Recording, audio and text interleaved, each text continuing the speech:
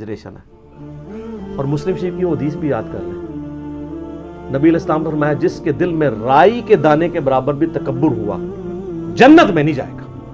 صحابہ پریشان ہو گئے. عرض کہ یا رسول اللہ بعض اوقات ہماری خواہش ہوتی ہے کہ ہمارے کپڑے اچھے ہوں, ہماری جوتیاں اچھی ہوں, بن ٹھن کے رہنا ٹشن ٹیٹ.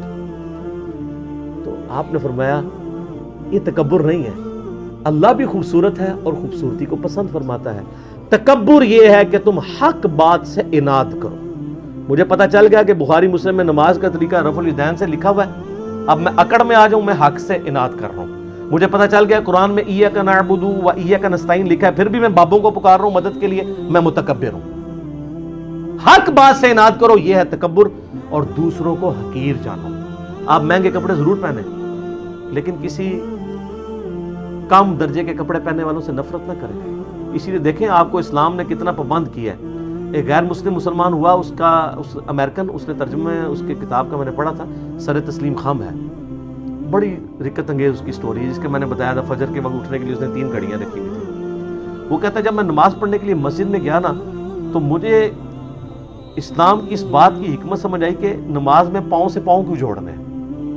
وہ کہتا ہے میں چٹی چمڑی, میرے ساتھ ایک کالا حبشی آ کے کھڑا ہو گیا, میرے دل میں ایک چیز آئی, جب بندہ رکوع میں جاتا ہے کالے اور سفید پاؤں تو بندے کو تھوڑی سی نفرت گھن آتی ہے نا.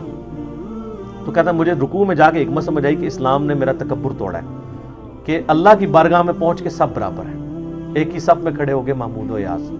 لیکن آپ کے یہاں پہ عاشقان رسول کو یہ سنت کا ہی نہیں پتا. ایون آپ پاؤں ملا لیں تو وہ 2 فٹ دور کھڑے ہو جاتے ہیں آپ سے. صحیح بخاری میں 725 نمبر حدیث ہے, یلزقو کے الفاظ ہیں کہ نبی علیہ السلام جب صف سیدھی کراتے ہیں ہمارا پاؤں سے جڑ جاتا. لیکن وہ اہل حدیث والا بھی نہ جوڑیں, وہ اتنی زور سے جوڑتے ہیں کہ پاؤں میں درد نکل آتی ہے. جسٹ جوڑنا ہے بس, آپ کا ایک پاؤں سے پاؤں مل جائے کہ بیچ میں شیطان داخل نہ ہو, جو بخاری میں آتا ہے. تو سنتوں کی کتنی حکمتیں ہیں, ان سے محبت کریں. تو اللہ خوبصورت ہے اور خوبصورتی کو پسند کرتا ہے. لیکن یہ ٹشن ٹیٹ آپ ضرور رہیں, لیکن ٹشن ٹیٹ وہ رہیں جو نبی علیہ السلام چاہتے ہیں, اپنی مرضی کا ٹشن ٹیٹ نہیں. وہ ایک بڑی پیاری حدیث ہے, آپ سنیں گے جھوم اٹھیں گے. وہ حدیث ہے جی سنن ابی داؤد کے اندر, مسند امام احمد کے اندر, المستدرک الحاکم میں ہے. ایک صحابی تھے, ان کا نام تھا خریم الاسدی.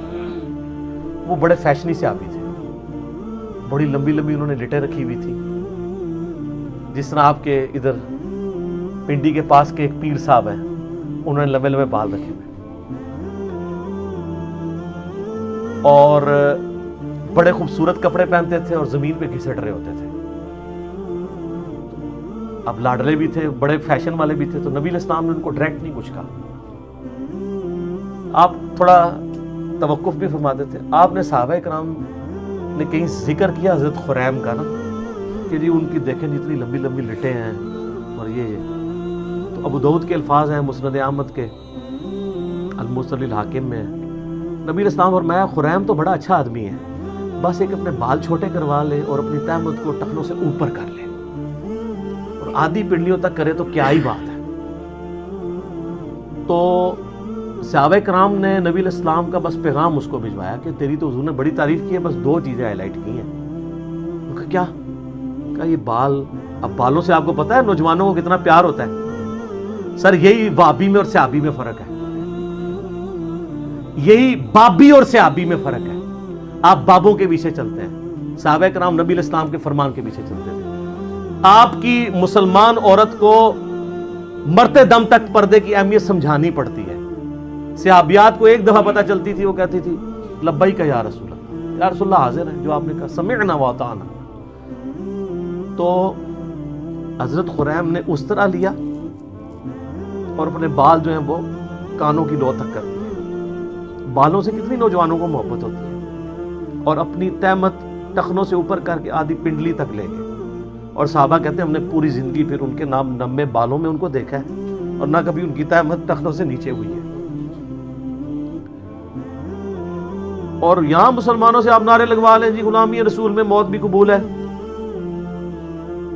نعرے لگاتے ہیں. تو موت قبول ہے, داڑھی قبول نہیں, فجر کی نماز جماعت سے قبول نہیں, ٹخنے ننگے کرنا قبول نہیں ہے, ماں باپ مخالف ہو جاتے ہیں، پتہ نہیں کیا کیا نام رکھنا شروع کر دیتے ہیں، لوگ ہمیں کیا کہیں گے، لوگ ہمارے بارے میں باتیں کریں گے، تو سر پھر جنت آسان تو نہیں ملنی۔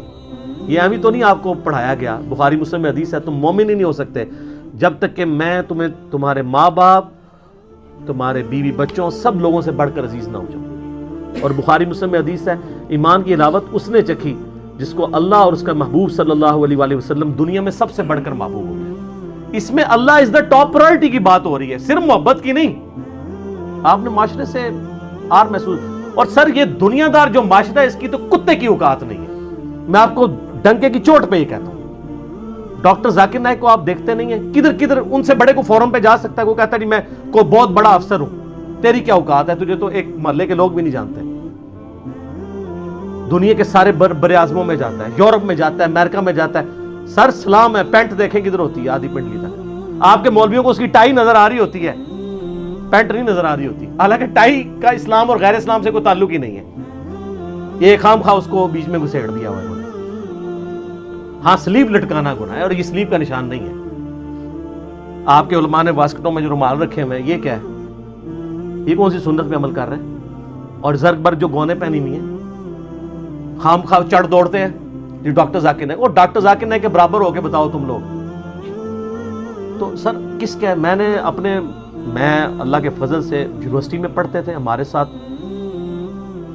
درجنوں سٹوڈنٹس تھے جن کی شلواریں ٹخنوں سے اوپر ہوتی تھی، حالانکہ میں اس وقت کٹر بریلوی تھا اور میں اسے اہل حدیث اور دیوبند کی نشانی سمجھتا تھا، لیکن چونکہ سنت تھا ٹخنوں سے اوپر رکھتے تھے ہم۔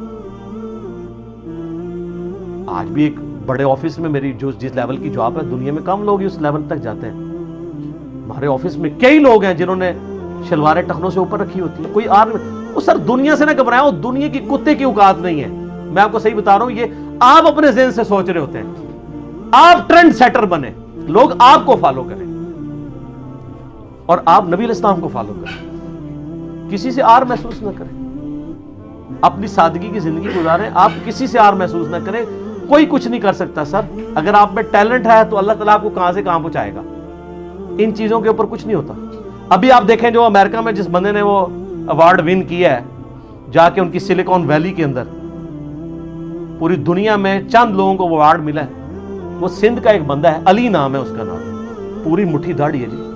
اس بندے نے جو سافٹ ویئر ڈیزائن کی ہیں، یہ پاکستان میں یہ ایشو تھا نا کہ وہ 60-70 ہزار مرغیاں جو ہیں ایک دن میں مر جاتی تھی، تو اس نے اس کی کنٹرول انوائرمنٹ بنائی ہے کہ بیماری آنے سے پہلے آئیڈیا ہو جائے اور آپ حفاظتی تدارک کر لیں۔ میں اگلے دن جیو پاکستان صبح کے پروگرام پہ وہ دیکھ رہا تھا، مجھے اتنی خوشی ہوئی، پوری اس کی داڑھی ماشاءاللہ، اس کے لیول کا سافٹ ویئر کا کوئی بندہ نہیں پورے پاکستان کے اندر، دوسرے کیا داڑھی چھوٹی کروا دی ہوئی ہے، اس سے کیا فرق پڑتا ہے؟ اس طرح کی چیزوں سے کوئی فرق نہیں پڑتا۔ آپ دین کو پریکٹس کریں، ان کی تو کوئی اوقات نہیں، انہوں نے آپ کے مرنے کے بعد کیا دنیا میں کوئی نہیں کام آنا اگر اللہ نے آپ کے لیے خیر نہیں لکھی۔ ٹھیک ہوگا جی؟ اللہ تعالیٰ سے دعا ہے جو حق بات میں نے کہی اللہ تعالیٰ ہمارے دلوں میں راسخ فرمائے۔ اگر جذبات میں میرے منہ سے کوئی غلط بات نکل گئی تو اللہ تعالیٰ ہمارے دلوں ہی سے معاف کر دے، ہمیں کتاب و سنت کی تعلیمات پر عمل کر کے دوسرے بھائیوں تک پہنچانے کی توفیق عطا فرمائے۔ سبحانک اللہم و بحمدک، اشہد ان لا الہ الا انت، استغفرک و اتوب الیک، وما علینا الا البلاغ۔